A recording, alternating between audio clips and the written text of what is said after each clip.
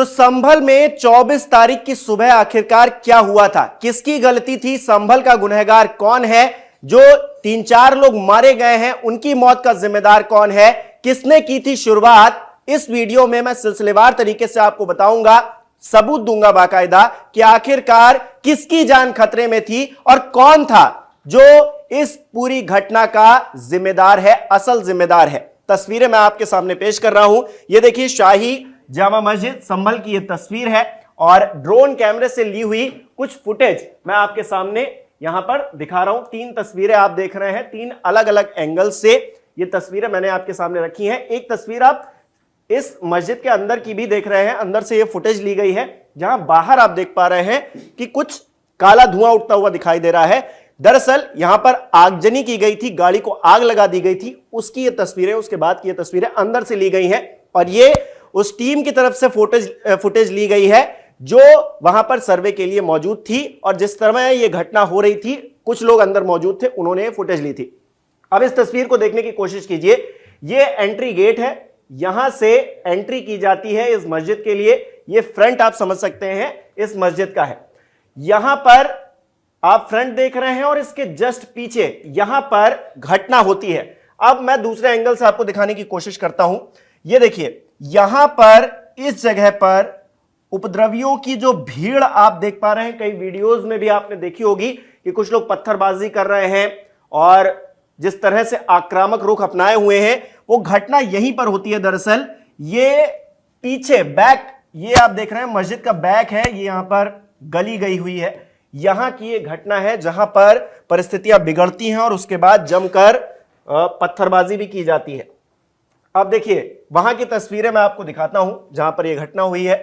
पीछे का जब मैं जहां जिक्र कर रहा था ये वहीं की घटना है और जो आप काला धुआं पहले देख रहे थे तस्वीरों में, वो इसी गाड़ी से निकला हुआ धुआं है जो कि अंदर से फुटेज ली गई थी। यहां पर आप जितनी तस्वीरें देख पा रहे हैं, जितने लोगों को देख पा रहे हैं, आप एक चीज और गौर कर रहे होंगे कि सबके मुंह पर कुछ ना कुछ बंधा हुआ है, यानी कि ये अपनी आइडेंटिटी छुपाने के लिए लोग यहां पर मौजूद थे और ये जानते थे कि ये क्या करने जा रहे हैं, क्या कर रहे हैं।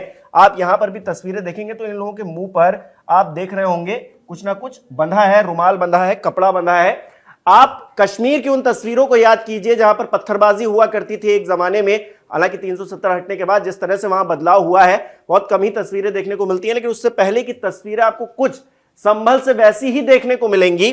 और यहां पर देखिए किस तरह से यहां पर पत्थर ही पत्थर, चप्पल, जूते सब कुछ पड़े हुए हैं, पूरा अस्त व्यस्त माहौल कर दिया गया है। यहां की तस्वीर आप देखेंगे तो यहां पर भी आपको तमाम ईंटें और तमाम चीजें मिल जाएंगी। इस तरह के हथियार का इस्तेमाल ये के बिश्नोई है अधिकारी, इन्होंने बाकायदा प्रेस के सामने इस तरह का हथियार दिखाया है और बताया है कि यह हथियार यूज किया जा रहा था, वहां पर इस्तेमाल किया जा रहा था और एक तरह से पुलिस को निशाने पर लेने की कोशिश की जा रही थी। जी हां, आपने बिल्कुल सही सुना, पुलिस को निशाने पर लेने की कोशिश की जा रही थी। यह रास्ता गया है यहां से पुलिस बाहर ना निकल पाए, बाहर ना जा पाए, इसीलिए ये जो पीछे वाला रास्ता है इसे ब्लॉक कर दिया गया, इसे पूरी तरह से ब्लॉक कर दिया गया। यहां पर पत्थरबाजी होने लगी कि किसी तरह से पुलिस बाहर ना निकल पाए और यहीं पर फंसकर पुलिस वाले मरे जाए। जी हां, असल में पुलिस वालों को मारने की कोशिश की गई इन पत्थरबाजों की तरफ से, जिनकी तस्वीरें मैंने आपको दिखाई, किस तरह से मुंह पर नकाब ओढ़ा हुआ है और वहां पर पुलिस वालों पर हमला किया गया है। वीडियोस आपने देखी होंगी, मैं लगातार बीच बीच में आपको वीडियोस इसीलिए दिखा रहा हूं ताकि आप समझ पाए कि असल तस्वीर उस दिन क्या रही और पुलिस पर किस तरह से निशाना साधा गया, पुलिस को निशाने पर लिया गया। इतनी सारी भीड़ कहां से आ गई एक साथ? यह सुनियोजित साजिश थी जो कि पुलिस के खिलाफ थी, जो कि कोर्ट के ऑर्डर पर मस्जिद का सर्वे करवाने के लिए टीम के साथ में गई हुई थी, लेकिन वहां पर इस तरह की घटना होती है और पुलिस को ही निशाने पर लिया जाता है। और इस तरह की घटना, ये आप तस्वीरें मैं आपको बार बार दिखा रहा हूं कि इन तस्वीरों को देखिए और गौर कीजिए, इसमें हर किसी के मुंह पर कुछ ना कुछ बंधा हुआ है।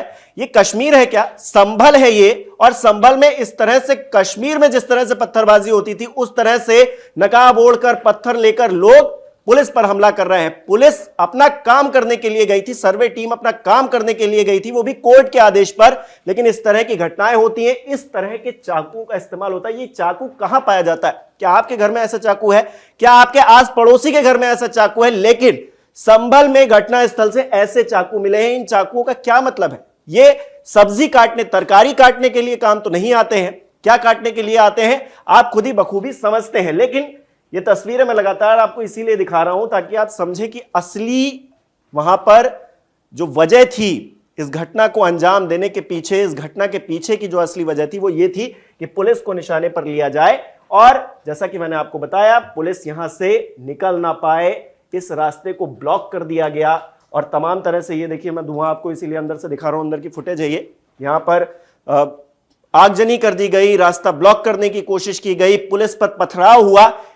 हालांकि वहां पर थोड़ी सूझबूझ अधिकारियों की रही कि जैसे तैसे करके जो भीड़ थी, ये उपद्रवी लोग थे, इनको तितर बितर किया गया।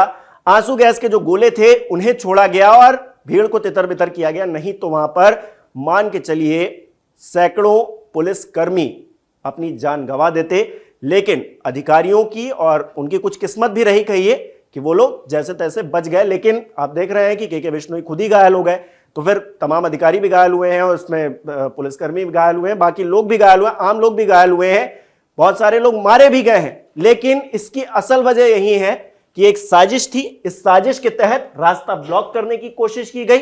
इस रास्ते पर पुलिस वालों को बीच में फंसाकर मारने की, ऊपर छत से पत्थरबाजी हुई है, सामने से पत्थरबाजी हुई है। वहां जो रिपोर्ट कह रही है कि वहां पर देसी गन का इस्तेमाल किया गया है। देसी गन पुलिस तो यूज नहीं करती है, पुलिस इस्तेमाल नहीं करती है, तो वो कौन लोग थे जिन्होंने इस्तेमाल किया? कौन लोग थे जिन्होंने उसके जरिए पुलिस वालों को निशाना बनाया? और निशाना बनाने के चक्कर में बहुत सारे मासूम लोग, तो उन्हें नहीं कहेंगे हम लोग, क्योंकि वो पत्थरबाजी कर रहे थे, क्यों कर रहे थे, कैसे कर रहे थे, वहीं जाने। क्योंकि उनके परिजन तो कह रहे हैं हमारे बच्चों का तो कोई लेना देना नहीं था, वो तो वहां पर मौजूद भी नहीं था, फिर उसकी हत्या कैसे हो गई?